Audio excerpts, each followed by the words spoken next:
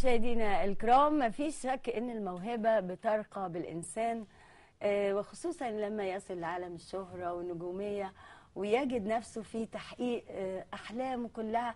لما يكون بيحب أو بيفضل هواية معينة بتتحول لموهبة متميزة، أكيد بيبقى شيء أرقى ليه وللمجتمع من حواليه.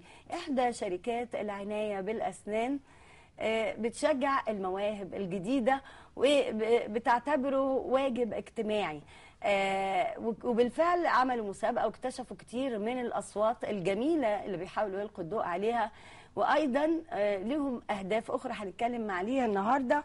إنجي مغربي مسؤولة إحدى الشركات الخاصة للعناية بالأسنان، ورانيا حسن مطربة متميزة هنسمع صوتها حالا الجميل وهتغني لنا أغنية فكروني لأم كلثوم، اتفقنا. وأحمد شديد مغني راب. أهلا بيكم كلكم. ناخد فكرة كده عن مشروعكم في البداية لتنمية المواهب. مساء الخير. اول حاجه ميرسي قوي لتقديم حضرتك. احنا كشركه فكرنا انه احنا لينا مسؤوليه اجتماعيه كبيره تجاه المجتمع. اللي حصل انه الفتره اللي فاتت في تغييرات كبيره قوي حصلت في المجتمع، واحنا حسينا انه احنا كمنتج يعني للعنايه بالفم والاسنان شفنا انه لازم نحاول ندي الثقه للناس. احنا المنتج ده بيقول قرب اكتر، وعشان تقرب اكتر لازم يبقى عندك الثقه انك تقرب اكتر. الثقه دي هتيجي منين؟ هتيجي من العنايه بالمظهر، العنايه بالعنايه الشخصيه. فدي من الحاجات المهمه قوي. من الحاجات التانية اللي احنا شفناها برضو تغيير في شكل الميديا، يعني حاجه زي فيسبوك كبرت جدا بشكل ايجابي، بقى يتم استخدامها بشكل ايجابي. فطبعا احنا فكرنا ليه ما نستخدموش، لانه كبر بشكل كبير قوي في الفتره اللي فاتت. وبرضو من ضمن الاسباب ان احنا قمنا بالمبادره دي ان في مواهب شابه كتير جدا موجوده في مصر مستنيه ان حد يكتشفها ويشجعها. جميل جدا انه ليكوا هدف اسمى في المشاركه في الحياه العامه وعمل بعض مشروعات لاكتشاف قدرات ومواهب كتير من الشباب، وهنتعرف اكتر برانيا. رانيا، ازاي اشتركتي في المشروع ده؟ عن طريق الفيسبوك؟ عن طريق الفيسبوك. هو اصلا في فيلم قصير مجموعه شباب عاملينه، 4 ولاد، احمد ومحمد وشريف وحسن. وانا احمد اللي معانا دلوقتي؟ لا احمد مغني راب. احمد تاني. دول كليه صيدله برضو معايا في الكليه. عملوا فيلم قصير وكانوا عايزين حد يغني الاغنيه بتاعه الفيلم. انت في سنه ايه في كليه الصيدله؟ انا خلصت اتخرجت لسه ما شاء الله. بس وانا غنيت الاغنيه، واحمد اللي هو اللي كاتب الاغنيه، وعمرو ملحنها، دخلها في المسابقه او في الموضوع ده بتاع الفيسبوك.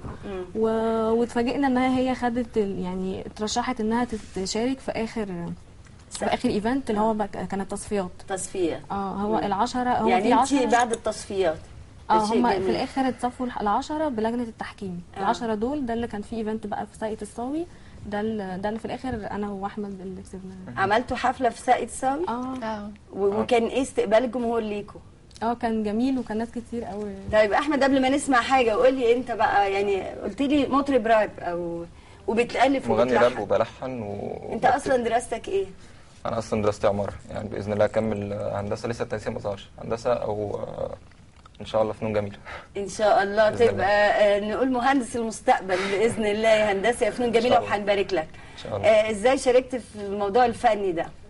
شاركت باغنيه على البيج بتاعت الشركه، ولجنه التحكيم اختارتني انا و10، وبعد كده عملنا حفله في ساقية الصاوي وكسبت انا ورانيا. شيء جميل جدا. وساقية الصاوي الحقيقه بنشوف فيها كتير من الشباب الفنان المتميز. خلونا بقى نسمع حاجه. نبدا بايه؟ عايزين تبداوا بايه؟ تبدا رانيا. اغنيه اللي انا فزت فيها اصلا، اللي قدمتيها في ساقية الصاوي حضرتك عايزاها؟ لا نشوف، نسمع اللي فزتي فيها الاول. اوكي.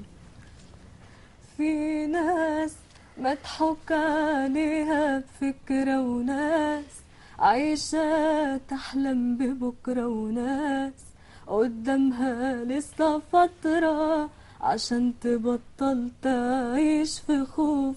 عرايس وملعوب بيها، بكلمة تجيبها توديها، ولسه مخبي عينيها مش عايزة تشوف. جميل.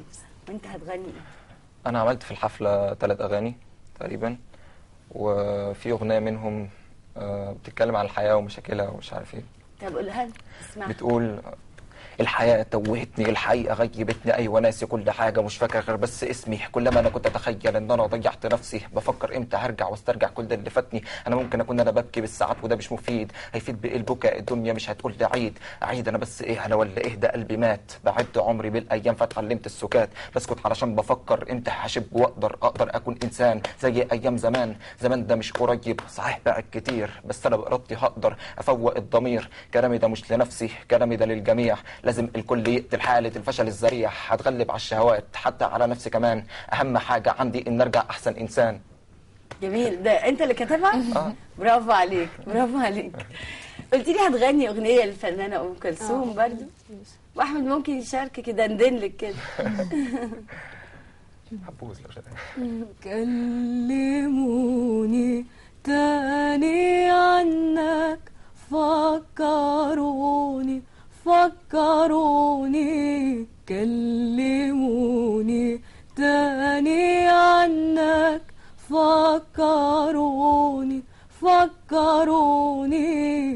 صحوا نار الشوق في قلبي وفي عيوني، رجعوا للماضي بنعيمه وبهناوته وبحلاوته وبعذابه وبساوته، وافتكرت فرحت وياك قد ايه، وافتكرت كمان يا روحي بعدنا ليه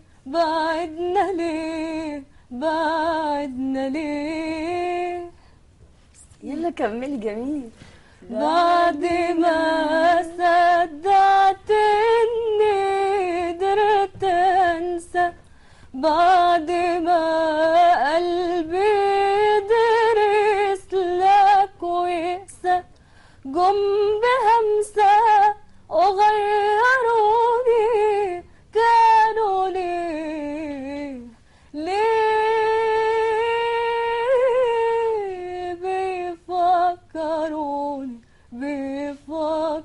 بيفكروني. جميل، هايل. طب انت بقى ناويه ان شاء الله يعني انت صيدلانيه، خريجه كليه صيدله، ان شاء الله تشتغلي تعملي بقى صيدليه وتمارسي مهنتك، ولا مثلا هتتجهي للغناء وعالم الشهره والفن؟